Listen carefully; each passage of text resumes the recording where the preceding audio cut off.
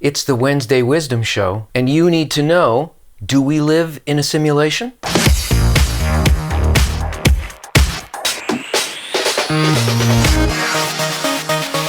So is all of this, where we live, the experience that we have, the ideas, the goals that we hold, all the things that we feel and sense, is this a simulation? Kabbalah says no. It's a misunderstanding. It's an illusion. And this is a fascinating point in the development of humanity, that we can begin to ask a question of this depth. Because up until this point, when Kabbalists spoke about the structure of creation, the structure of human reality, in terms of there being a kind of a master plan explaining what that is, and then all of the ramifications, the worlds that cascade from this set of rules, very much like in a computer game, people had no context for grasping at all what Kabbalists were talking about. There seemed to be something mystical and very strange and otherworldly about it. But actually, it is a comparable analysis of human experience to where we are just arriving to now by playing around with our technology. We have created computer systems that work through rules, master rules, and everything that happens after that, you could say, also cascades. And the place where we began to really understand the structure of how we think, what our experience is like, is when we started creating computer games and started talking about artificial intelligence and immersive types of computer experiences that seem to simulate 3D environments for us and supply to our senses those things that were needed to almost get us to feel that we were experiencing something that was absolutely parallel to the way that we experience now. And since we could create reductions like this, we began thinking and creating thought experiments about whether or not a human life as a whole was some type of a simulation. It's actually kind of an absurd question, because what do we suppose we are simulating? A simulation implies, well, it's the same as, but it is not real, right? So the question is fundamentally, even though this is exactly the way that life is, it's not really life. What are we comparing the simulation to, and what grasp do we have about something other than the way that we experience that would tell us that it is or isn't real? When you look at all of this, it becomes clear that the real question here is about our concept of free will and how we link this idea of complete free will to the idea of real life. What I mean is that we have a concept of freedom and free will that is not necessarily a correct definition. And it goes something like this, that our free will, what we would hope free will to be, would be that we do what we want, when we want, how we want, without there being any kind of format, pre-existing bases on which these things would be made. That there should be no restriction at all on our impulses. That we would call real life. But if we find ourselves dictated to by forces in an overall game structure, that we consider this to be imprisonment.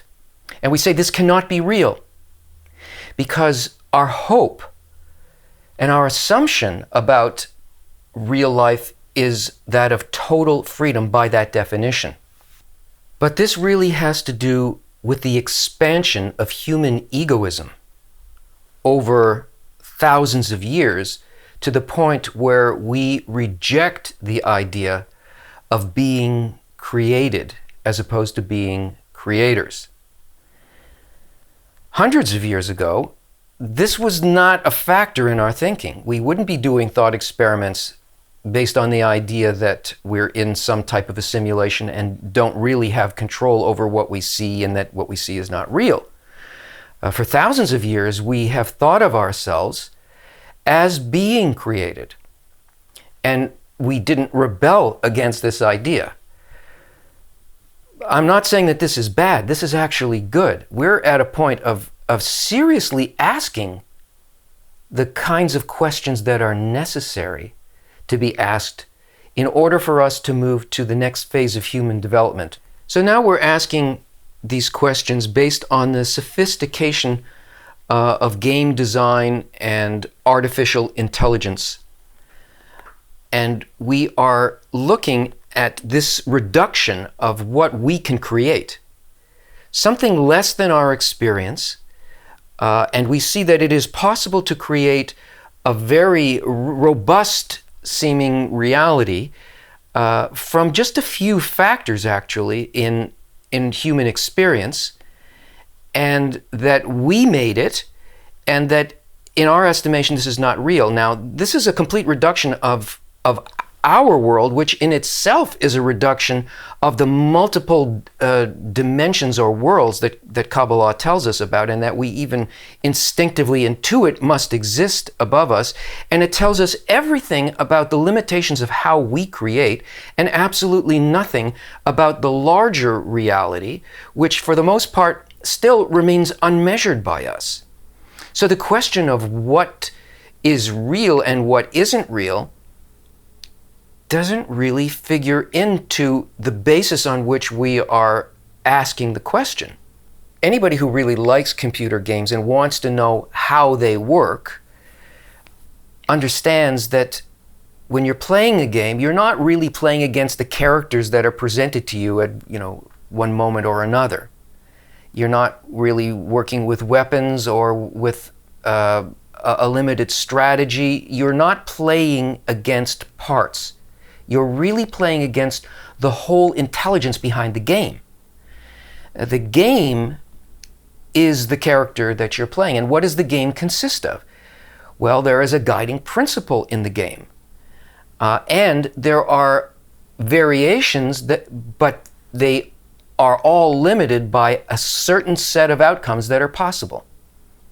So no matter how you play the game, you're never going to get an outcome that wasn't already pre-programmed into the game. The free will that seems to be simulated in the game is actually created, it's a bit of sleight of hand, created out of the concealment of what the limited variables actually are. It conceals the fact that first of all, that there is a complete system that knows every possible move and is responsible for every character and every presentation that we encounter, and that no matter what we do, though it may seem to us that we have an array of choices, we actually don't. We have very few choices, and even if we used artificial intelligence to sort of expand all of the variations, they too would be limited by the human programming of the AI that would could give you millions of variations, but the only thing that would do is it would give you quantity. And that quantity would be used to conceal the fact that in the end, there are only a few possible outcomes. In other words, there is an overall design to the program that is intended to get the player to a certain place in the end, and it uses an intelligence far beyond that of the player because it is not an individual. It is a complex system, an environment that we're living in. What's really important is that this is actually like the life that we live now. And like is probably the wrong word. The advantage here is that we have finally built a model that simulates what life is actually like. But that doesn't mean that we're living in a simulation. It just means that we don't accept the fact that reality is actually structured this way. We reject this. We don't want to see this. We have created a reduction, a simulation of where we actually are. We're not in the simulation, but we are in conditions that are very much like the game simulation or the immersive media experience. The primary difference is in a game, we know the objective, and we're dealing mostly with quantity of experience. But in our life, which is structured like a computer game, the main difference is that we don't know the objective of the game. That's what we're playing for. So now we see this structure, but we don't know why is that structure there. What are we supposed to do with the structure? What does winning look like? So in the real game, not the computer game, not the simulation, the experience of free will is exactly the same. And the question of identity and purpose behind the game is the main feature. Free will is what delineates the levels of the game. Our perception of those levels comes from the concealment of the completeness of the design of the game. That there is a guiding principle behind the game with a particular outcome and a lot of variations that seem to be within our decision-making power. And whether or not they are in our power actually has nothing to do with the design of the game, the ultimate design of the game, and the ultimate goal of the game. It's only a function of the game. Because in the end, what we're trying to do is to discover the purpose of the game, the mind behind it. And how this differs from the computer game is that in the computer game, it's clear to us that there are no individual characters, that they're simply created out of a field, a computing field, given commands and purposes. It makes it a simulation when we're outside of it. It is not a simulation when we're one of the characters in the game. And in the case of real life, that's true. We are also part of that computing field. In other words, we're bound up with the thought of the game. We're serving the thought of the game. We are part of that vast intelligence, except that we don't yet have a grasp of it.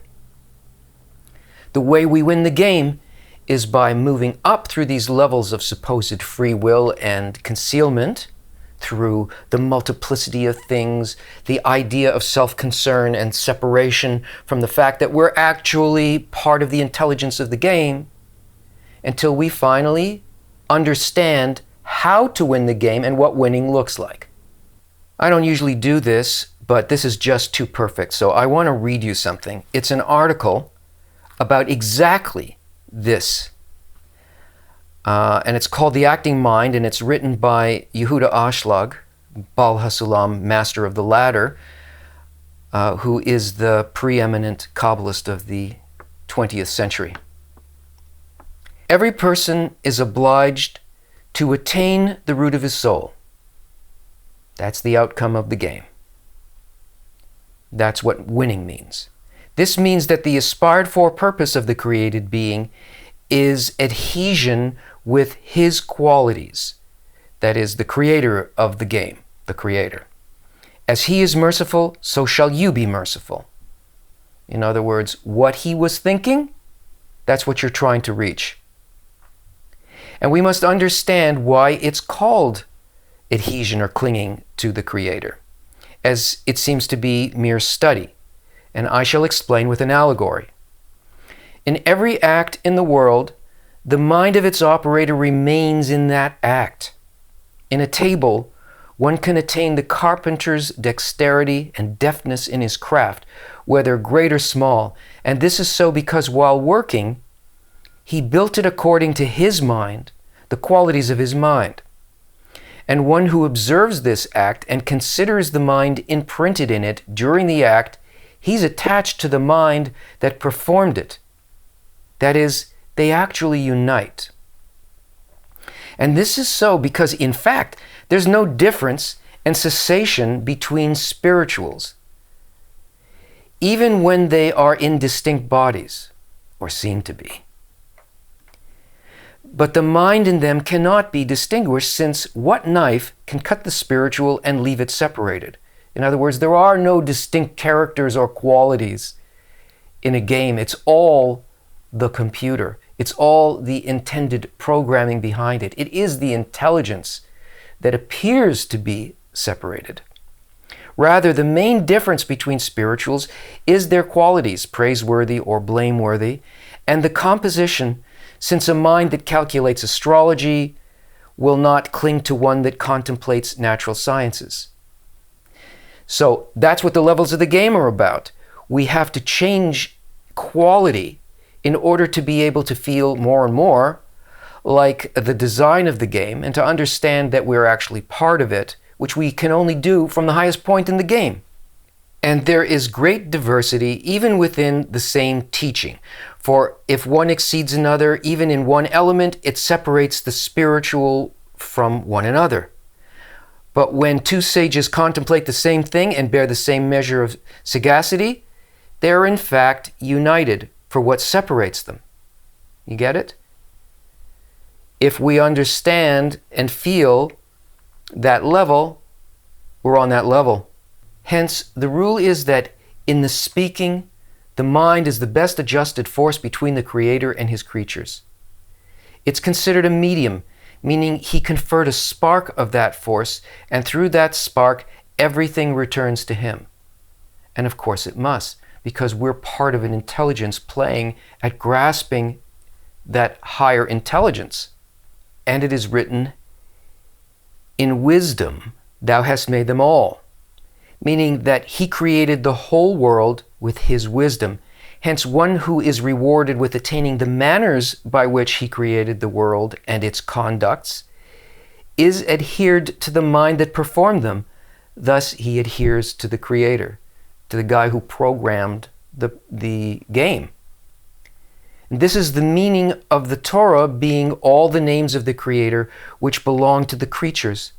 And by their merit, the creature attains the mind that affected everything, since the Creator is looking in the Torah when he created the world. There are rules to the game, there are outcomes of the game. It is predetermined, but for the good of raising a part to the whole.